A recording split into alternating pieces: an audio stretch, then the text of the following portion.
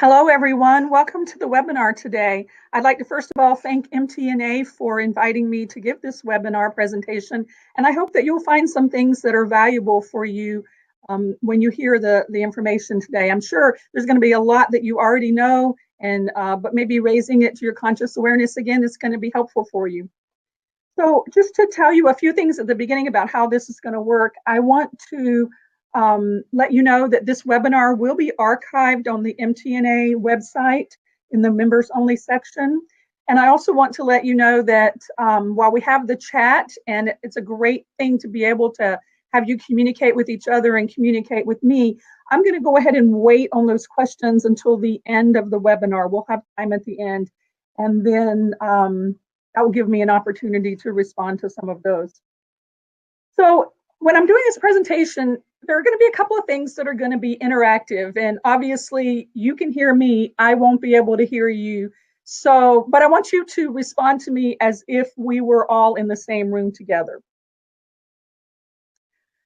So before I start, I want to just show you a few things. It's a little easier for me to show it to you right now before we begin and show you some of the resources that I'm using. The PowerPoint does have a listing of all of these resources and where you can find them. So you don't need to worry about writing anything down or typing anything in very quickly right now. But I do want to show you a few of these. So the first thing is I've taken a lot of material from this book, The Ways Children Learn Music. It's by Eric Bluestein.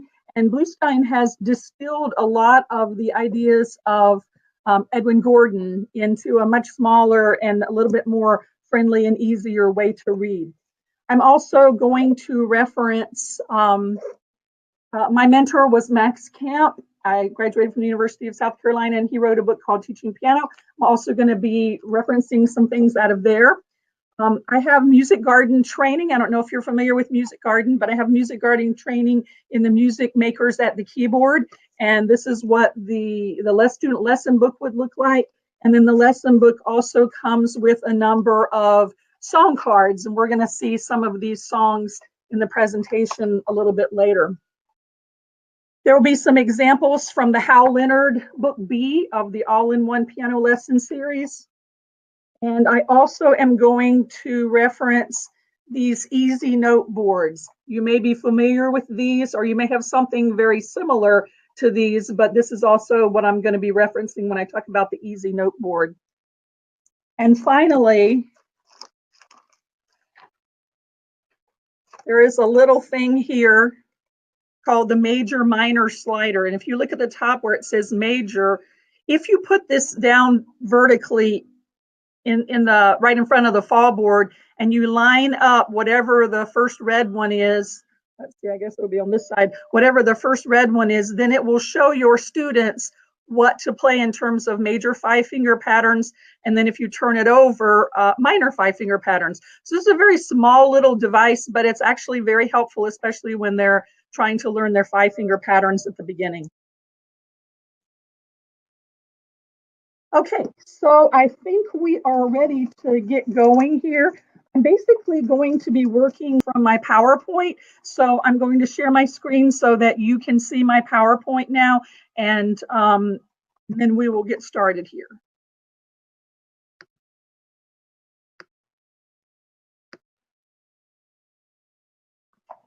Okay, so I've titled this presentation, Transforming Elementary Level Music Instruction, an Integrated Approach to Comprehensive Musicianship.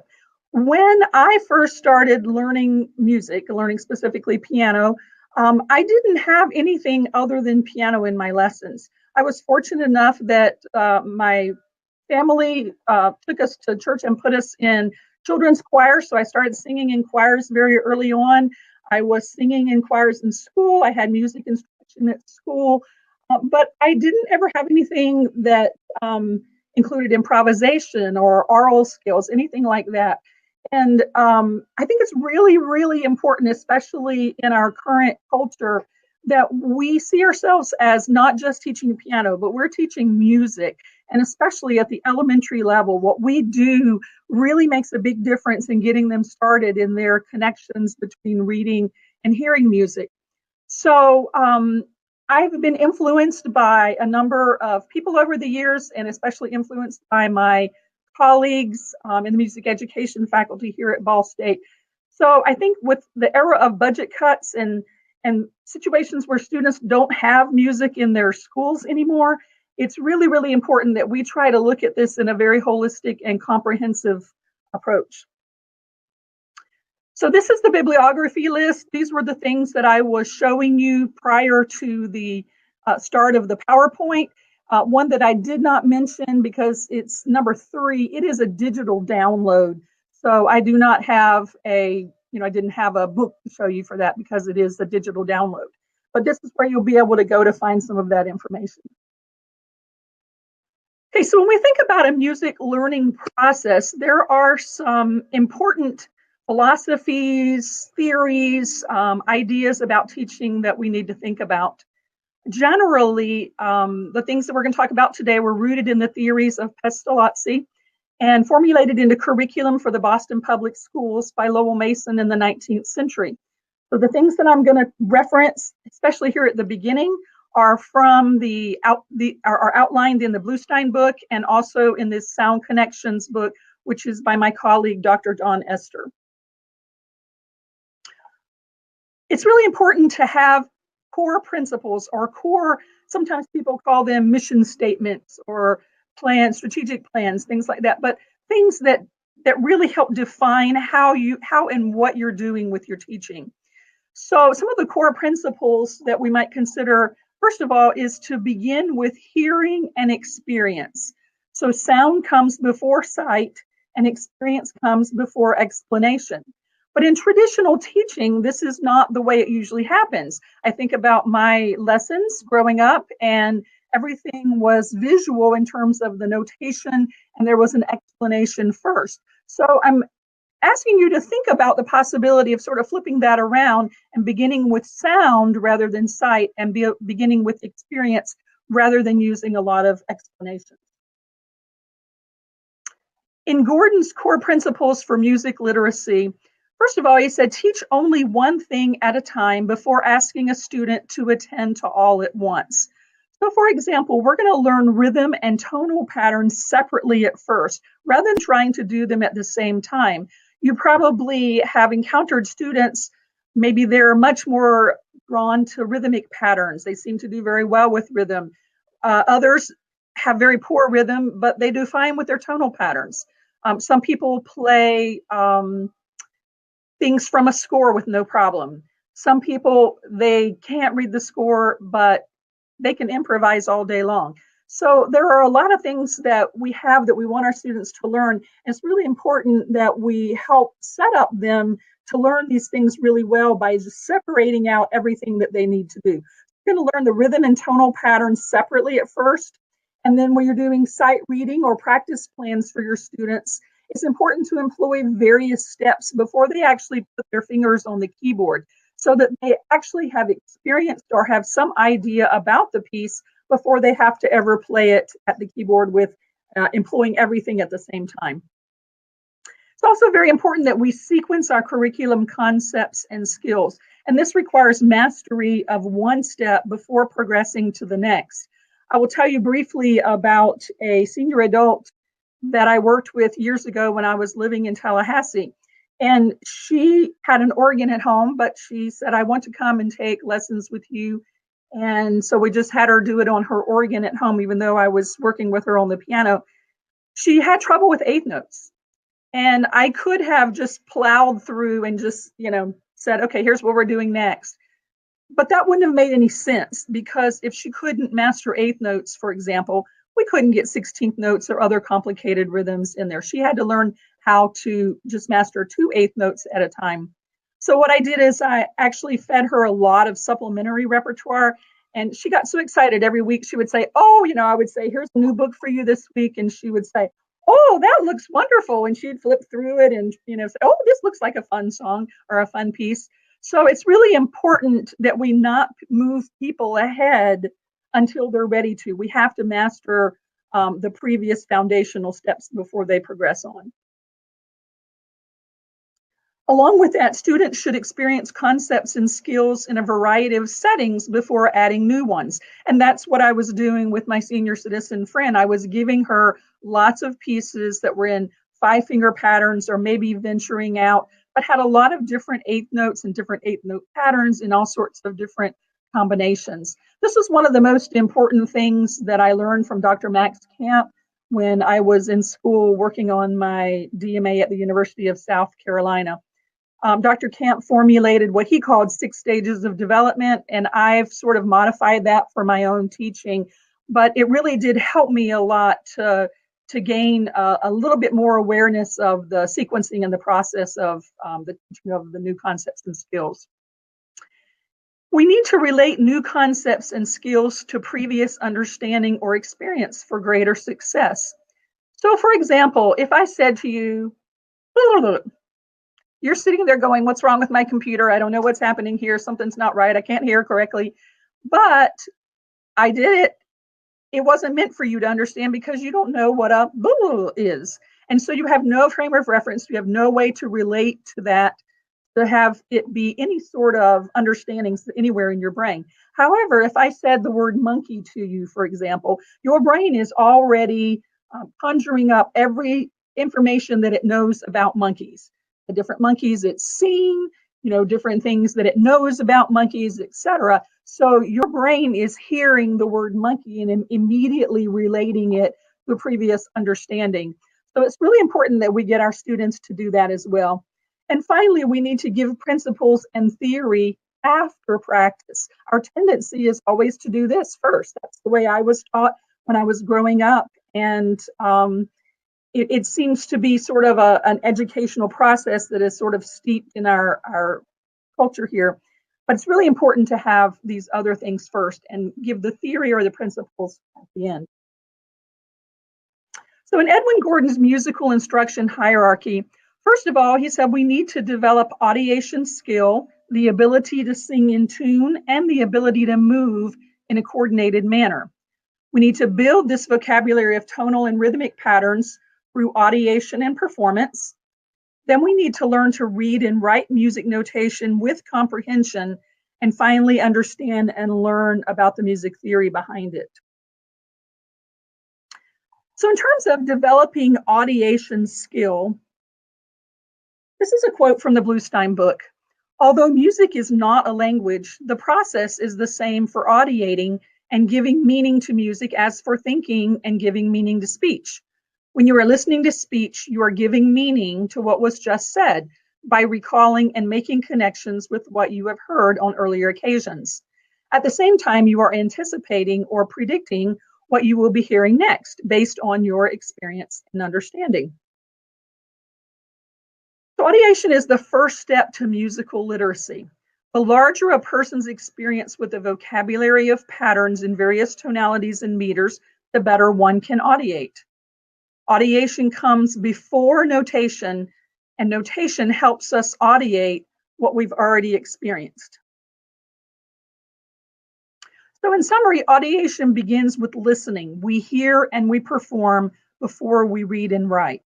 Audiation involves internalizing music, not just imitating it or memorizing it. It has to make sense to us in our brain for it to be meaningful. And audiation includes more than just hearing music. It includes processing musical information. So the next thing in Gordon's hierarchy is we need to develop the ability to sing in tune. As I said earlier, I began singing very early in life, and I'm really thankful that I did because I really believe that singing is so valuable for all of us as musicians.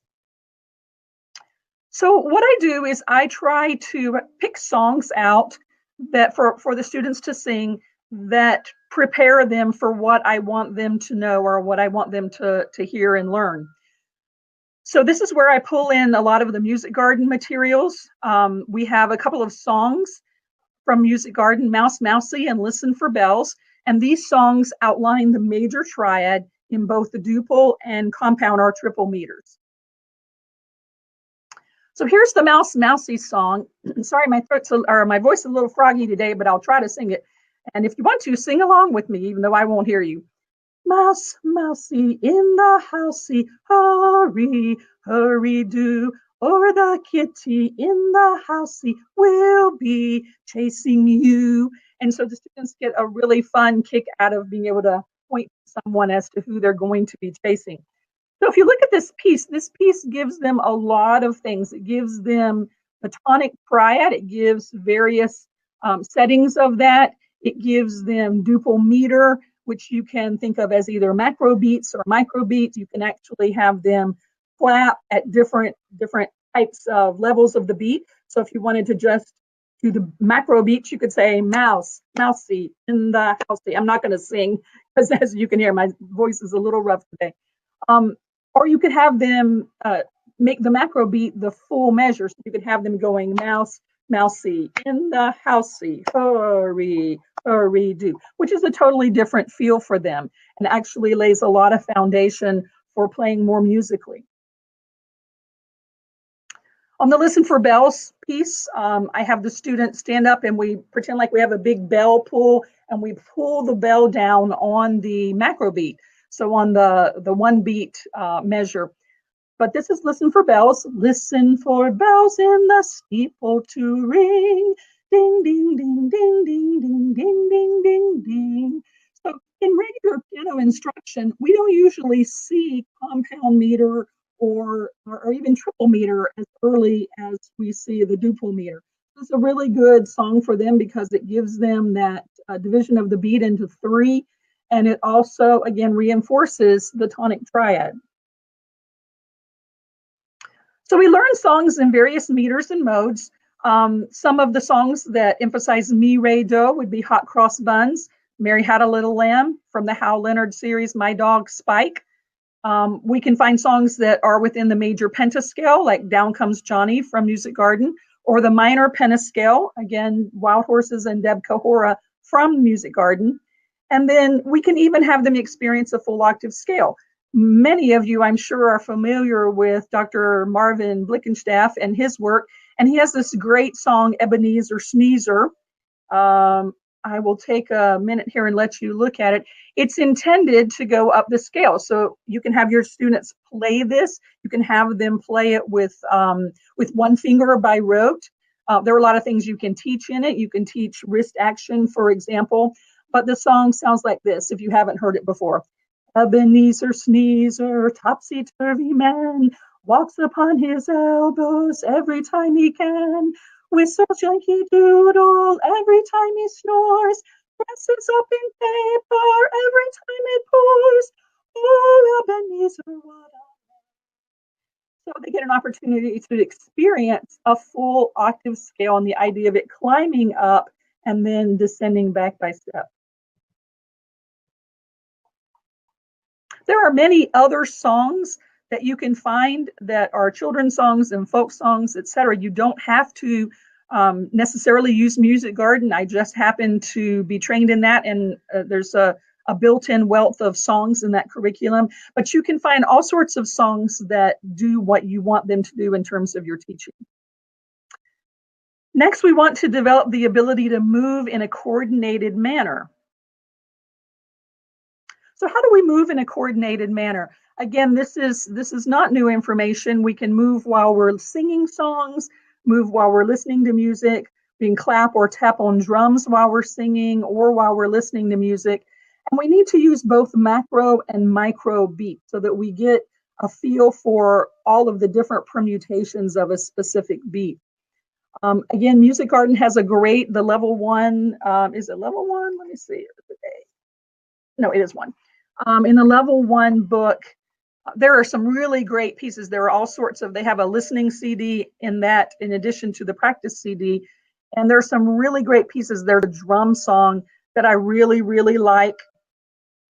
There, Renaissance dance. There are all sorts of pieces. There are regular piano pieces are in there. So any type of piece where a student can get used to moving to the beat.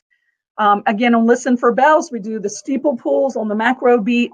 On Wild Horses, I have them pretend like they're holding the reins of a horse and we have to actually ride the beat. Like, this is the dance of the wild and running horses. And so they get a chance to move around with that. And any song or any piece, we can do clapping or tapping, both of the macro and the micro levels of the beat. Okay, the next thing is we need to build a vocabulary of tonal and rhythmic patterns through audiation and performance. Children understand the rhythm dimension of music when they become aware through movement of their own physical symmetry and begin to relate that symmetry to reiterated beats, rhythm patterns, and phrases. Rhythm needs to be connected with movement, and to play rhythmically requires coordination, and coordination involves movement. So again, the fundamental elements of our rhythm would include the macro beat or the big beat, what we often think of as the big beat, the micro beats, or maybe we think of that as a subdivision of the beat, and then the actual melodic rhythm. So in terms of establishing this vocabulary of tonal and rhythmic patterns, I want to mention my colleague Don Ester's book that he wrote last time he was on sabbatical. It's called Sound Connections. He has the book, and then he also has the Sound Connections resource binder, which has the rhythms and all sorts of other things. This is available as a digital download, and I have no connection with Dr. Ester other than that he is my colleague. We are not, he is not paying me for this. I'm not trying to sell things for him, etc. But I found this book to be very, very valuable in terms of just thinking about how children learn music. So when he was doing this research, he developed something called the sound connections process. And the whole point is to connect the sounds and symbols of music to connect both the ear and the eye. Rhythm and tonal syllables serve as the mediator between sound and symbol to perform the key cognitive function of verbal association. So they help students encode and store aural patterns. These resulting patterns make music reading possible. So if you take a look at this sound connections learning triangle, again, you can see that they are all related together: the sound, the symbol, and the syllable. And depending on which direction you're going in this triangle, you'll be doing different things. So for example, if you're reading, you're taking a symbol and you see the arrow going to the left and you're turning that symbol into sound. If you're trying to notate, you take a sound that you have heard and you see the arrow going to the right. That sound needs to be translated into symbols. And syllables are the mediator between these two. So remember, we have three things to think about, and it's a little bit inconvenient that they're all starting with an S. So I have to find myself saying very carefully sound, syllable, and then symbol. And this again follows the ideas or the philosophies, music learning theory of Edwin Gordon. Always having the sound first, connecting that sound to a syllable, and then connecting it to a symbol. So I'm going to talk about a rhythmic syllable system that you may not be familiar with. There are many different rhythm systems out there, and you can go with whatever system works for you. I know that I became convinced of the Takadimi system, and I've had great success with my students, both my private students and also our children's class that we start as a part of our pedagogy program. So there is an article listed there that if you wanted to read more about the beat-oriented system of rhythmic pedagogy, the Takadimi system. But we're going to work with it a little bit today. Ta, in this system, ta is always the beat. So that is different from something like Kodai, where I think ta equals the quarter, pt equals the eighths. So these are two different systems. That is, it is not the same system there. So if you take a look at this figure, pardon me, you see that from the top going down in simple meter, ta is the beat. The division of the beat is ta-di, and the subdivision of the beat is takadimi. In the compound meter, of course, ta is the beat, but now the division of the beat is takida, and the subdivision of the beat is tabakidi dama. I will tell you that I was working with one of my, I guess he was in late middle school at that point, young men, and I wanted to do some rhythmic practicing with him. And he said, oh, he said, you mean that avocado llama stuff? So I will never forget this student, as I'm sure many of you have many instances with students that they come up with these great things, but I will forever think of Takadimi now as the avocado llama stuff. But Tabakiri Dama actually rolls off your tongue pretty quickly if you just practice it like anything else. So notice another convenient thing about this slide. If you look over there to the right where the D appears, notice that the D lines up. So if you had two people working on one person doing a rhythm in simple meter, another person doing a rhythm in the subdivision of the compound meter, then they actually should land together on the syllable D. So it's very convenient in that way. Another thing I want to point out about this before I forget is that one thing that I really like about this system is that the compound meter takida is always going to be the triple subdivision of the beat. So if you had a 4/4 or a simple meter piece, and you had a triplet in that, and you were reading along, maybe the rhythm is ta ta takida ta, because on beat 3 there is a triplet that has been inserted into that simple meter, which is not a part of the regular division of the beat. So I like the fact that there are rhythmic patterns for any of the rhythms that would be out there, and it's been very helpful to me. It's worked well for me. Okay, so in developing a sound vocabulary, we again need to start with the process of the sound. So what we're going to do is we're going to do neutral sound echoing of rhythm patterns. I'm going to do this, and I want you to repeat after me. I'm going to establish my beat first by saying beat, beat, echo me. I don't want you to say that part. I just want you to listen. I will give you the rhythm after that. So we always need to have a feeling of where our beat is. If students just sort of tap their chest lightly, or tap their leg or something, then they can get a sense again of the physical importance of that beat. So here we go. Beat, beat, echo me. Ba, ba. Ba, ba, ba. Ba, ba, ba. Ba, ba, ba, ba. If I want to do it in compound meter, again, I want to get the feel of the triple subdivision, I would go beat, beat, echo me now. Ba, ba. Ba, ba, ba, ba. Ba, ba, ba, ba. Ba, ba, ba, ba, ba, ba. So you feel the difference between the simple and triple division of the beat. So that's a neutral sound. We have no solfege, we have no words from books or anything. We're just simply focusing on that sound. The next thing we need to do is we need to link that sound to some syllables. And again, you can use whatever syllable system, rhythmic syllable system you choose to use, but you just have to make sure that there is a very clear way for students to actually decipher and understand a rhythm, to actually be able to speak that rhythm with the appropriate syllables.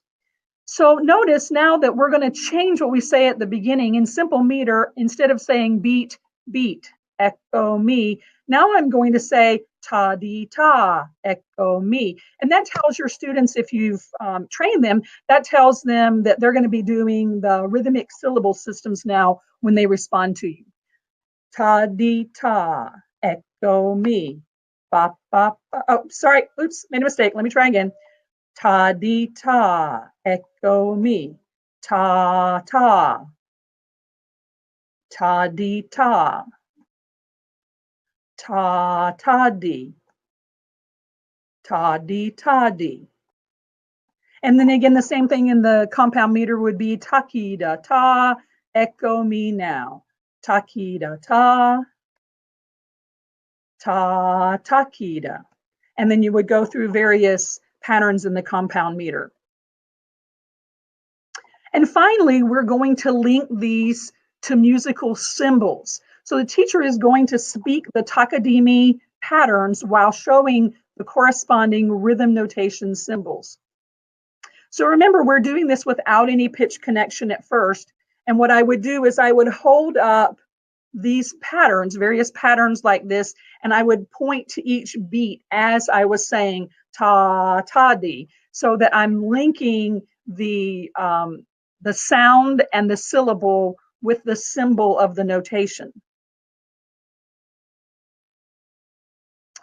The next thing that in Dr. Esther's sound connections process that is very helpful is what he calls echo translation of rhythmic patterns. In an echo translation, the teacher presents the rhythm patterns on a neutral sound. So the teacher gives the bas again, and the students respond or translate using rhythm syllables. So I say the neutral sound, but then when you respond to me, you tell me what is the corresponding rhythmic syllables that go with that.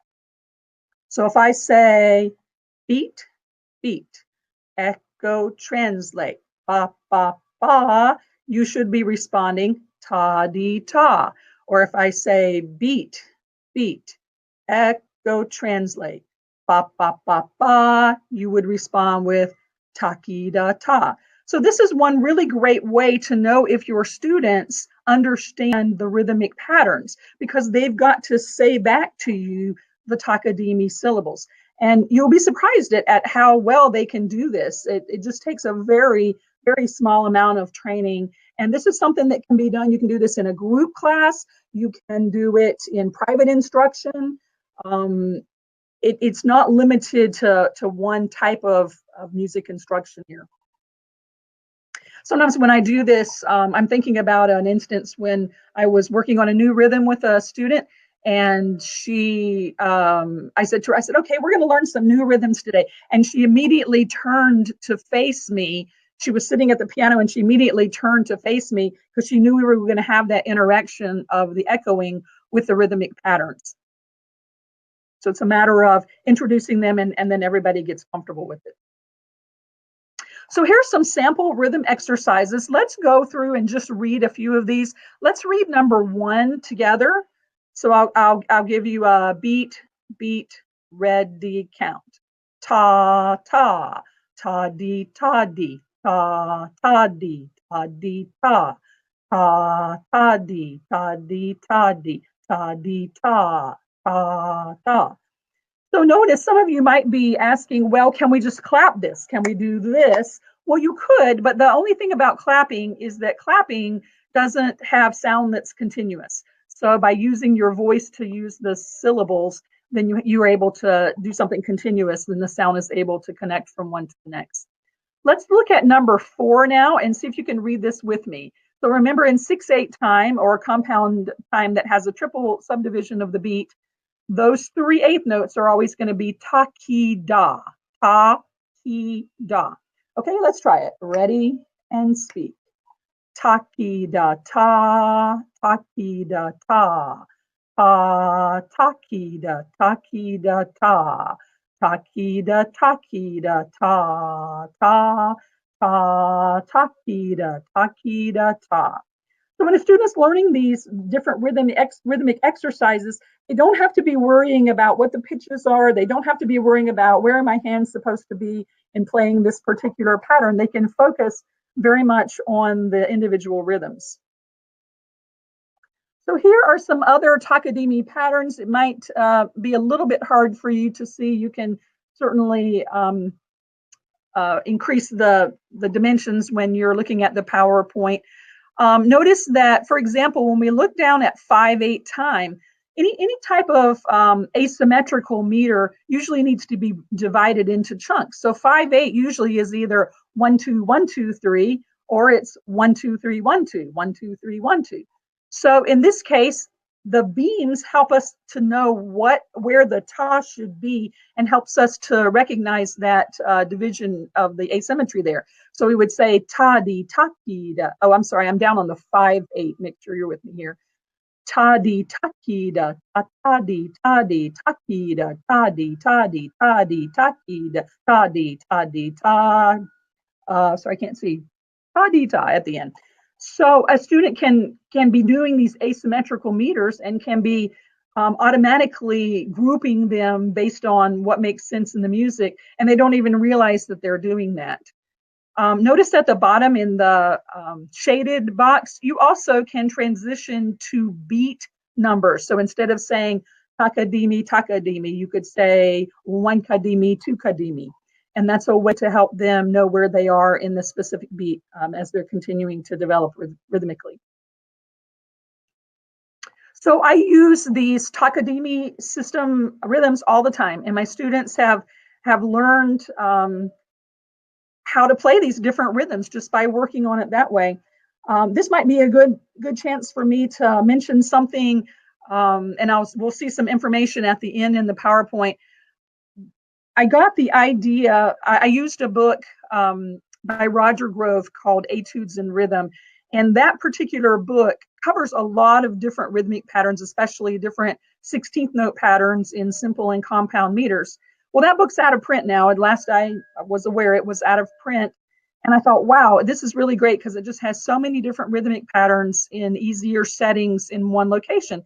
So our students, we decided to write our own book.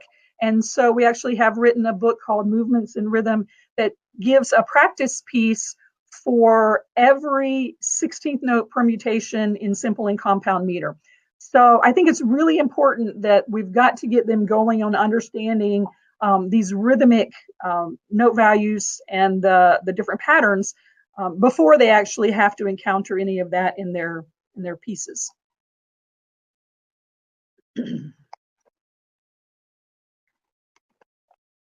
Moving on to the tonal dimension of music, children understand the tonal dimension of music when they learn to organize pitches into tonal patterns that relate to a tonal center.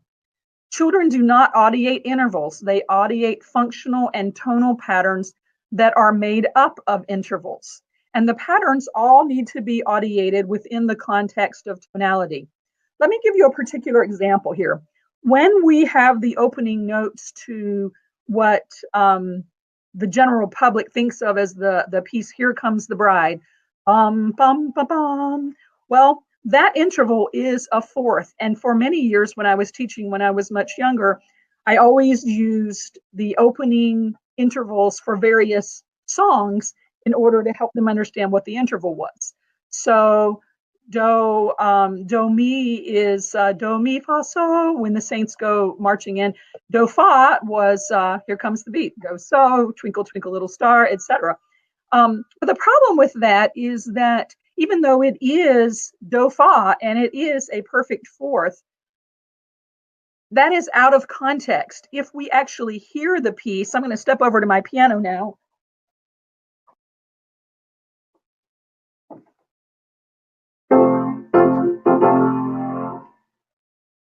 Actually, what we should be hearing is we should be hearing so, do, do, do, that interval actually starts on the fifth note or the dominant of the key. So it's very important that whenever you're doing any sort of aural skills training, playing by ear training, etc., that you always have to set up the tonality before you actually do that, because otherwise they have no reference point and these intervals do not make sense unless they're organized within a tonal center. So here's where some of you might say, ooh, I don't know about this. For one thing, we're going to be using solfege as the tonal syllables. We're going to use movable do, which means that do is always the tonic of any key or the home tone. We're going to use la minor. And I will tell you that when I went to the music garden training, I sat back there and did one of these with my head, like, really, la minor? But what about, the whole tonic dominant system in minor, etc.? But I became convinced. I think that they'll be okay. And I think they will understand the relative, this is an emphasis on the relative minor between that and the major. So just think about it. Don't necessarily dismiss la minor as an option. And then we're going to be using the Kerwin hand signs, and many of you probably already know those. So in Dr. Esther's book, he talks a lot about why la minor. And this is an example that he's given me, that if you look through this and you try to decide, is it do minor or is it la minor? Well, if you don't worry about which one it is, then you can just say the pitches without having to worry about whether or not you're changing keys or modulating. So you go do, do, ti, ti, la, la, la, mi, so, mi, so, mi, so, so, do, re, mi, re, do, mi, la, do, ti, so, la. Again, I apologize for my voice today. The allergies and things are keeping it a little bit funky today.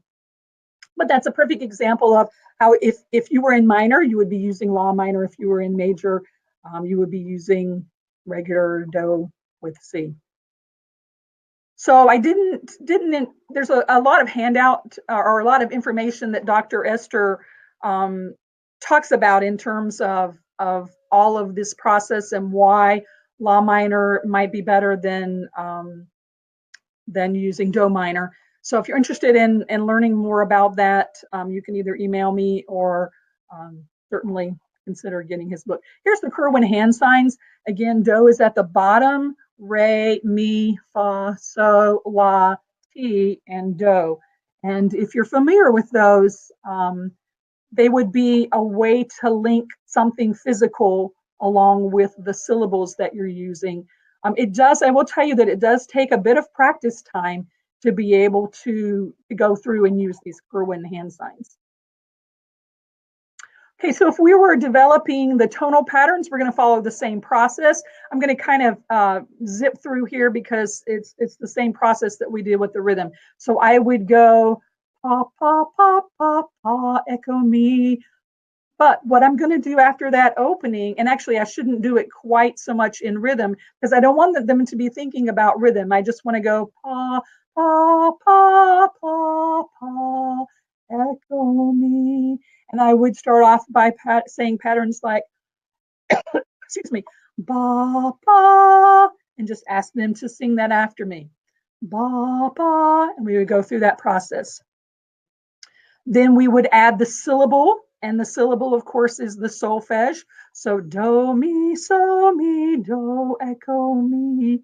And then you would go through and do various do, so, and ask them to reply to you, do, mi, etc. And then finally you would do the, that's where you would combine with the Kerwin hand signs.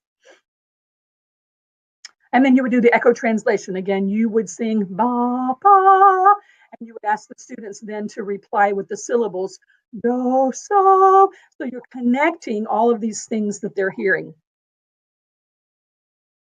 So you notice that we haven't played the piano yet, and you're probably going, wow, that's a lot of time to spend on those things. But actually, you can spend a very small amount of time on each lesson. In my children's class, I probably spend a little bit more time on it than I do in private lessons, but you can reinforce this with just a few minutes in each lesson. So we're going to transfer do, mi, so to the keyboard. We're going to start by playing an open fifth to accompany their songs. So I'm playing on whatever beat that you choose to play, and then they are actually singing mouse, mousey, or so, mi, do. They're actually, well, we start with the songs, the words using the particular songs. So then we also want to play and improvise various blocked and broken chord patterns using do, mi, so in the key of C. And again, this gives them more experience with these patterns and helping them have to come up with all sorts of different combinations of these patterns. Really makes them think and really, again, integrates this idea of the sound and the sight. Then we're going to do some echo translation. So the teacher plays some patterns using do, mi, so, and then the students play the same pattern on the piano. They can sing it, they can play it on the piano. They can do up and down kind of motions on their body to show what they heard. And there's all sorts of different patterns that they can do there. And finally, they can play songs with do, mi, so by ear. So once they're very comfortable using these patterns, and again, being separate from the songs that they already know, then the teacher can echo the patterns for the songs using the tonal syllables. So the teacher would go, do, do, do, and then so, so, so, do, do, do, so. And usually when I say some of these patterns, I say, does that sound familiar to you? And sure enough, they go, that's some child in the class, and often more than one will say, that sounds like listen or listen for bells, or it sounds like mouse mousey, or any other thing that you're doing. So then what they can do is they can take this to the piano. They might start with playing pentascale patterns by ear. So they play the pentascale in C with one or both hands. If you transpose to G, there are no black keys, obviously, and you can transpose to other keys by ear, hopefully, or with the major minor slider. Again, that's the little manipulative, the red and white one that I showed you at the beginning, and you can actually just set that on the keys and they can figure it out. But usually if they play something wrong, like if I go to one black key first. So if we go to the key of D and they start on D and they play what is in essence a D minor 5-finger pattern because they're still playing on the white notes, then I ask them, does that sound the way the other ones did? And by questioning, using sorts of techniques to get them to think about what they're hearing, most of the time they can actually say, well, this is no, I tell them, you have to change one note. Kind of like the Price is Right. You only can change one number in the car, but you have to change this one pitch and you need to figure out which one is the one you need to change. When I was growing up, we didn't do any of these things. In fact, I've sort of heard over the years that, you know, some people sort of poo-poo playing by ear because they're concerned that playing by ear would prevent them from reading. But I don't think so. I think if we want to cultivate the ear, we want to cultivate the sight, we want to link all of this together in comprehensive musicianship.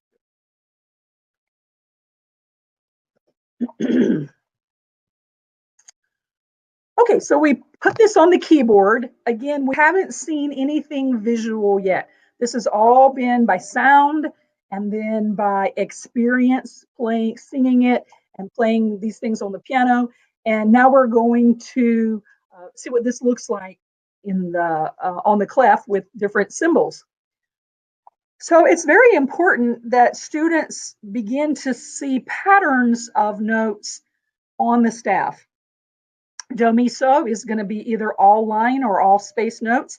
And that's where we would use that magnet board that I showed you earlier that has the little magnets and they can put them on the different lines and spaces of the staff. Do, mi, so also is skipping a finger in the 5-finger patterns. You can do the whole do, re, mi, fa, so. That means line to space anywhere on the staff. And again, consecutive fingers in 5-finger patterns.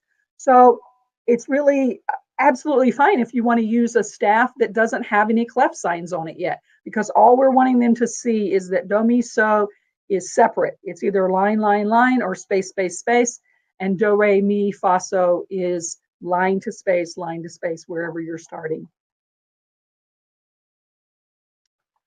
So when we move to the method books, we're going to assume already that there has been previous introduction to the keyboard playing and to finger numbers through pre-reading and or rote playing. Of course, our friends at Piano Safari have really popularized a lot of rote playing. Again, that's using the ear, and that's, again, a really good thing for them to be able to do. I think in the pre-reading, most of the time in the pre-reading in the books, not all the time, sometimes the pre-reading exercises will just show finger numbers, but sometimes they actually have note names in the letterheads, especially when they move to the white keys. I would de-emphasize reading these letter names because we're going to be working more on the idea of patterns rather than individual notes. So I usually just kind of mark those out in a student's book. And we have to associate the notes on the keyboard with the lines and the spaces on the staff. So they have to know where middle C is, treble G, bass F, etc. So they actually know where the notes are on the keyboard as relative to the staff. Okay, the next thing I do is I ask them to associate landmark notes. So landmark notes being bass F, or the F where the treble or the bass clef is, middle C, treble G. Those are some good places to start with. Once they know where the landmark notes are and they associate melodic seconds and thirds on the keyboard with solfege and in notation with solfege, they can begin to play intervallic patterns. They don't really have to know what are the letter names of each of the notes at this point. I remember years ago when I first came to Ball State here, I remember I got some feedback our feedback from one of our elementary teachers that was just horrified that I wasn't putting a big emphasis on letter names. But I actually think letter names cause a lot of problems. We have to learn letter names. We have to be able to look at a line or a space and say that's a G, that's a D, etc. But just the fact that we can look at those notes and say that's a G, that's a B, that doesn't mean that we can play fluently. So I really focus on the intervals and the patterns. And in terms of actually learning the names of the notes, I do that more through flashcards and through note speller books, away from the keyboard, so that we're not associating letter names with actually playing on the keyboard. You may be familiar with Dr. Blickenstaff's interval maze, where we ask a student to put their right hand thumb on C and then go up a third, which would be to E, down a second to D, and you keep asking them various patterns, and you get to the end and say, okay, what note have you ended up on? And this helps reinforce their intervals and their patterns. And you can do that either on the keyboard or in notation. The examples I'm going to show you in a few minutes come from the Hal Leonard All-in-One Piano Lessons, Book B. And here's where we're talking about Introduction to the Staff Reading. I like to focus on what Dr. Camp used to call a map reading approach, which is looking at direction and distance. So which direction am I going? Up, down, or the same? And what is the distance? So we start with seconds and thirds in our major and minor keys. And one thing I like about this piece, Tambourine Tune, is it goes across from the bass clef to the treble clef. And it's all seconds. And so they can really track that sort of dead white space in the middle and go from one clef to the next. And again, we would sing this starting on La. La, ti, do, re, mi, mi. I better stop singing. That's not going so well today. Sorry. In the Hal Leonard book, one of the things I really like about it, as you see, there are no clefs here when there's discussion about how notes move on the staff. And you see the arrows pointing to emphasize the intervallic or the pattern nature of one note stepping down to the next or stepping up. In the pages where they introduce clef signs, the blue line serves as a landmark note reminder to them, so they can then track everything or connect everything to the landmark note. For example, on that second line, that first note, they may not know that that is A, but they can see that it is a third above the landmark note. And so that's how they can begin to find those pitches. And there's the landmark note in the treble clef. So all of these patterns that we've been working on need to be reinforced by having the students engage in improvisation through all of the stages of these various sequences. Once they do that, they can use known aural patterns to improvise both responsively and independently. And they can also use known symbol patterns to improvise or create their own compositions. So it's really important not to neglect this part of connecting all of this together, because again, it's the experience before too much explanation. So with my students, I'm going to have them, first of all, in their practice plan, I'm going to have them tap rhythmic patterns and speak the rhythmic syllables. I'm going to ask them to find their starting position related by interval to their landmark notes and knowing what finger they need to start on. And then actually read the intervals like start, up a second, up a third, down a second, down a second. So they understand the distances they're traveling and this map reading concept. Then what we do is we actually identify for each of the pieces they're playing, we actually identify the solfege syllables of the starting note of the piece. Even though there are no key signatures there, of course, we can identify what key it's in by the pitch content. But the students don't know that yet. And all we have to do is say, okay, in this particular piece, do is C, or do is F, or do is G. And then the students can go in and write the rest of their solfege into the book. So they're actually singing solfege syllables with their pieces. They're tapping finger numbers on the fall board.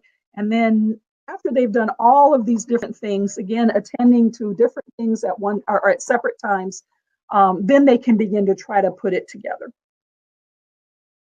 So in terms of my current approach, I use a combined approach based on these core principles. Our students get a vocabulary of aural rhythm and tonal patterns that they can take at home so that they can listen to these. We introduce them in class, and there is a listening CD that we've created that they go home with. Encourage them both in our classes or lessons, but also on their own to move to all types of music, to sing songs with these different aural and tonal patterns, eventually that they perform by ear at the keyboard, pair with the symbols of the notation, and then actually used in aural dictation, which is like echo translation. In terms of their repertoire, I use multiple method books and lots of supplementary repertoire, so they get lots of patterns in multiple settings, and they then engage in improvisation and composition. We want to continue to further introduce concepts and skills aurally before the labels and the expectation or explanations are put on them. Practice echoing and echo translation of new rhythm and tonal patterns, and always connect these aural patterns with notation via tonal and rhythmic syllables. Okay. We're right here at the end, and I wanted to tell you about our book. It's called Movements in Rhythm. Again, if you're interested in ordering this, you can either contact me, you can do this very long link, or you could just Google, if you Google cardinal, as in a red cardinal, cardinal piano works, you can find it. And what it is it's a collection that covers all the 16th note patterns. You do not have to use Takadimi for this collection, but all the Takadimi information is in the collection if you decided you wanted to try. So we are now at the end here of my PowerPoint. So I'm going to stop sharing my screen. And now I see that we have a number of things on here as far as questions. Let me see if I can go up through some of these. Whoops. I guess I have to do that with this.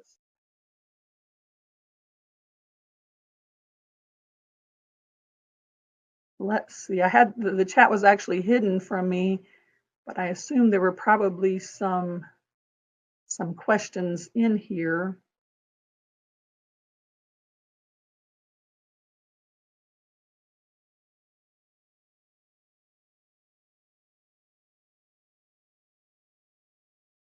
It looks like some people had some trouble with their tech stuff.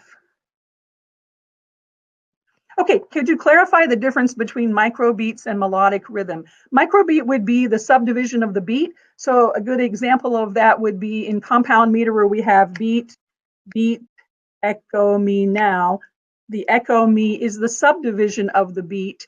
Melodic rhythm is what the actual rhythm of a piece is. So the actual rhythm might be ba ba ba ba ba ba ba ba, and that would be the melodic rhythm of that particular piece. So macro and micro beats are actually just how the beat is coordinated together during the various levels of the beat, and then the melodic rhythm is what the actual rhythm of the melody is. Oh, okay. Thanks, Dixie, for answering that. Question, wouldn't the macro beats be the strong beats and micro be the weak beats? Yes, I think I could say yes to that question. Yeah, somebody else is helping us out here. Okay, here's a comment about the Edwin Gordon. Gordon does use different syllables. He uses do and do day, do da dee. He has his own syllables. So if you prefer to use it, absolutely, you can use any sort of system. But I would encourage you to think about, or at least maybe explore the Takadimi system, because it's something that, I feel like every day I try to be a better teacher and try to keep my mind and thoughts open to different things that have been successful for other people. So that was one thing that I did, is that I was able to be introduced to this system through our music ed people, and really have been sold on it now, because my students do very well with their rhythm. I don't say that arrogantly, it's just that the system works for me. Here's a question, is there single hand work on 5 notes on staff before using combined hands? Most of when we think about our method books, most of them do start off with some single hand playing in terms of the pieces. One of the things that Dr. Kemp said a lot lot that really makes a lot of sense to me is to not, at the very beginning, to not use pieces that change back and forth on the staff so much, to let them to be able to see those line and space patterns on one staff. So that's a good argument for having some hand separate kinds of practices.